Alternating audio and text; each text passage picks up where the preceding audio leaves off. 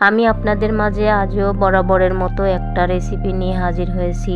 রেসিপিটি হলো লইটা শুটকি মাছ আলু দিয়ে ভুনা করব, সেটাই আপনাদের মাঝে শেয়ার করব।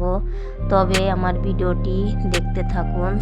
তবে এই শুটকি মাছগুলো রান্না করার আগে কিন্তু মাছগুলো পরিষ্কার করাই বেশি কঠিন, তাই মাছগুলো সুন্দর করে পরিষ্কার না করলে মাছ রান্না কিন্তু ভালো লাগবে না।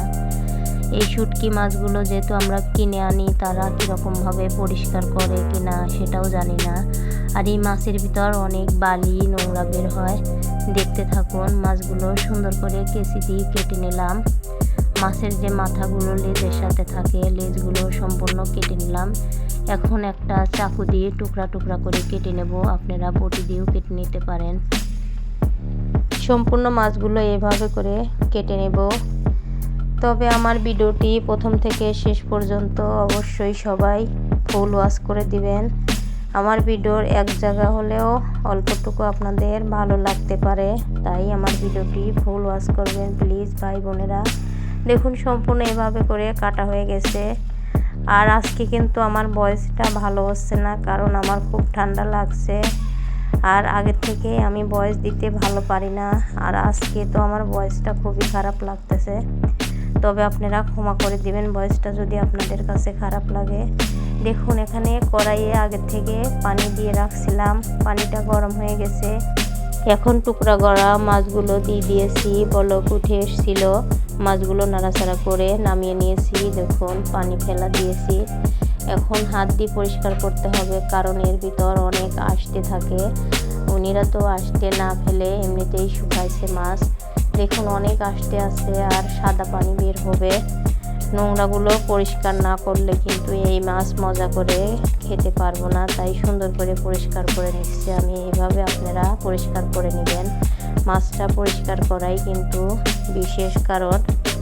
দেখুন হাত দিয়ে পরিষ্কার করা হয়ে গেছে। এখন পানি দিয়ে যতক্ষণ না নোংরা পানি বের হয়ে সাদা পানি বের হবে তখন পর্যন্ত আমি মাছটা পরিষ্কার করে ধোবো। আপনারা এইভাবে করে ধোবেন। তবে আমি 2-3 বার আপনাদের ধুয়ে মাছটা যদি সম্পূর্ণ ধোয়া দেখাতে যাই তাহলে ভিডিওটা অনেক বড় হয়ে যাবে, তাই আমি সম্পূর্ণ ধোয়া দেখাবো না। এভাবে করে সুন্দর করে অনেকক্ষণ পানি দিয়ে দিয়ে ধুয়ে নেব। এভাবে আপনারাও ধোবেন। আপনারা কীরকমভাবে পরিষ্কার করেন মাছ জানি না, আমি কিন্তু এইভাবেই মাছগুলো পরিষ্কার করি। আর যারা আমার চ্যানেলে এখনও নতুন, আপনাদের সামনে যদি আমার ভিডিওটা যায় অবশ্যই ফুল ওয়াচ করে দিবেন। আর লাইক কমেন্ট শেয়ার সাবস্ক্রাইব করে পাশে থাকবেন। হ্যালো বন্ধুরা, আসসালামু আলাইকুম। Welcome back to my channel Sharmin Khatun kitchen থেকে আপনাদের সবাইকে স্বাগত। আমি এখন পুরো ভিডিওটি শুরু করব। মাছ রান্নার সব কিছু আমার রেডি করা হয়ে গেছে।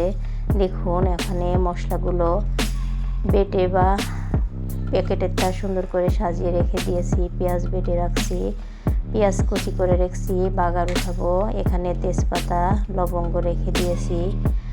আর মাছগুলো ধুয়ে রেখে দিয়েছিলাম। আর আলু কেটে রেখেছি, যেহেতু আমি এই আলু দিয়েই এই লইটা শুটকিটা রান্না করব। সুন্দর করে আলু কেটে রাখছি। আপনারা দেখছেন কিভাবে করে কাটছি, আপনারা ওভাবে করেই আলুটা দিবেন। আমার মতো একবার হলেও এই মাছটা রান্না করবেন, কারণ এই মাছটা রান্না করছিলাম খুবই তৃপ্তি সহকারে, আমরা সবাই খাইছিলাম। কিন্তু মাছটা রান্না আমার মাংসের মতোই হয়েছিল। আর মাংসের যে মশলা ধরেন ওই মশলাগুলোই এখানে ব্যবহার করলে মাছটা কিন্তু সুন্দরভাবে রান্না স্বাদ হবে, কারণ মাছ অন্যভাবেও রান্না করা যায়। এই মাছটা মাংসের মতো করেই রান্না করব আমি, ভুনা ভুনা করে। দেখুন বাগার উঠাবো, পেঁয়াজ দিয়ে দিয়েছি। পেঁয়াজটা বাদামি কালার হয়ে ভাজা হয়ে গেছে। এখানে জিরা দেব, জিরা দিয়ে উঠাবো। আর 2টা গরম মশলা দিয়ে দিয়েছি। জিরাটা দিলাম। জিরাটা এখন এর উপর একটু তেল উঠিয়ে দেব। আমার বাগারটা হয়ে গেছে। দেখুন এভাবে তেল উঠিয়ে জিরাটা একটু পোড়া পোড়া করতে হবে। আর এখানে আলু দিয়ে দিলাম, আলুটা ভেজে নেব। বাগারটা উঠিয়ে নিয়েছি ব্যাক ক্যামেরায়। দিয়ে দিলাম হলুদের গুঁড়া, লবণ দিয়ে দিলাম পরিমাণ মতো। এখন সুন্দর করে আলুটা ভাজি করব। আলুটা এখানে ভাজি রান্না করবেন, কারণ আলু ভেজে দিলে তরকারির স্বাদটা কিন্তু বেড়ে যায়, আলুটাও ভালো লাগে ভাজলে পারে। এভাবে করে আমার মতো একবার হলেও রান্না করবেন সবাই। আলুটা উঠে নিয়েছি, এখন মাছটা রান্না করব। পেঁয়াজ বাটা দিয়ে দিলাম, দিয়ে দেবো লবঙ্গ, তেজপাতা, আর এক এক করে মশলাগুলো দিয়ে দেবো। নাড়াচাড়া করে নিয়েছি, মরিচের গুঁড়া দিয়ে দিয়েছি, হলুদের গুঁড়া দিয়ে দিলাম, ধনিয়া গুঁড়া দিয়ে দিলাম, মুরগির মাংসের মশলা, আর দিয়ে দিলাম যা যা মশলা রেখে দিয়েছিলাম। মাংসের মধ্যে যা যা দিবেন এখানেও কিন্তু তাই তাই দিবেন। আমার হয়তোবা কিছু একটা হলেও বাদ হয়ে রয়ে গেছে।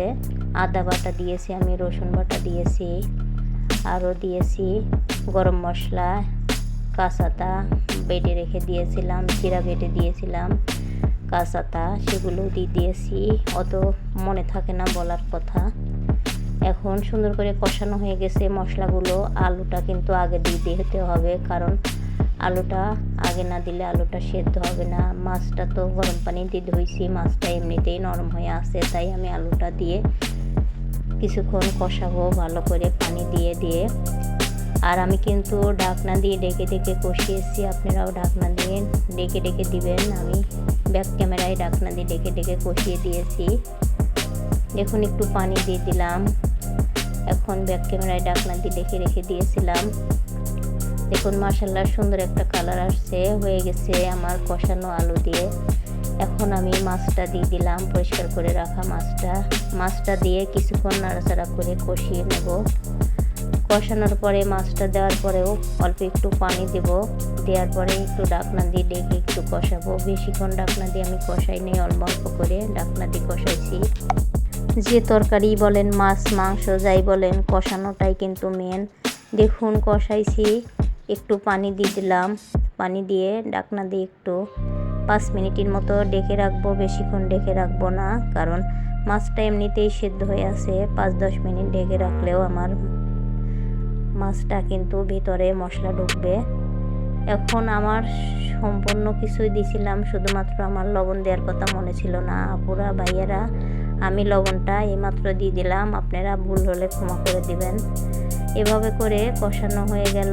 এখন এর ভিতর আমি দিয়ে দেব যে বাগারটা উঠিয়ে রেখেছিলাম, ব্যাক ক্যামেরায় শিলপাটায় বেটে রেখে দিয়েছিলাম, সেটা দিয়ে দিলাম। এখন নাড়াচাড়া করে 10-15 মিনিটের মতো আবারও ঢাকনা দিয়ে ডেকে জাল করব। নাড়াচাড়া করলে একটু কষালে হয়ে যাবে আমার মাছ রান্নাটা। আর আমার ভিডিওটা এতক্ষণ ধরে যারা ধৈর্য সহকারে দেখছেন, অবশ্যই সবাইকে অসংখ্য ধন্যবাদ ভিডিওটা দেখার জন্য। দেখুন হয়ে গেছে, আমি নামিয়ে নিয়েছি, আপনাদের পরিবেশন করে দেখাবো। একটা প্লেট নিয়ে নিয়েছি, প্লেটে উঠাচ্ছি। মাশাআল্লাহ দেখতে কিন্তু লোভনীয় হয়েছে, খেতেও কিন্তু। আর আমার ভিডিওটি যাদের কাছে ভালো লাগে লাইক, কমেন্ট, শেয়ার, সাবস্ক্রাইব করে পাশে থাকবেন। আর এতক্ষণ ধৈর্য সহকারে আমার ভিডিওটি দেখার জন্য আপনাদের সবাইকে অসংখ্য ধন্যবাদ। আজকের মতো ভিডিওটি এ পর্যন্তই। অন্য একটা ভিডিও নিয়ে হাজির হব। আপনারা সবাই ভালো থাকবেন, সুস্থ থাকবেন। আল্লাহ হাফেজ, আসসালামু আলাইকুম।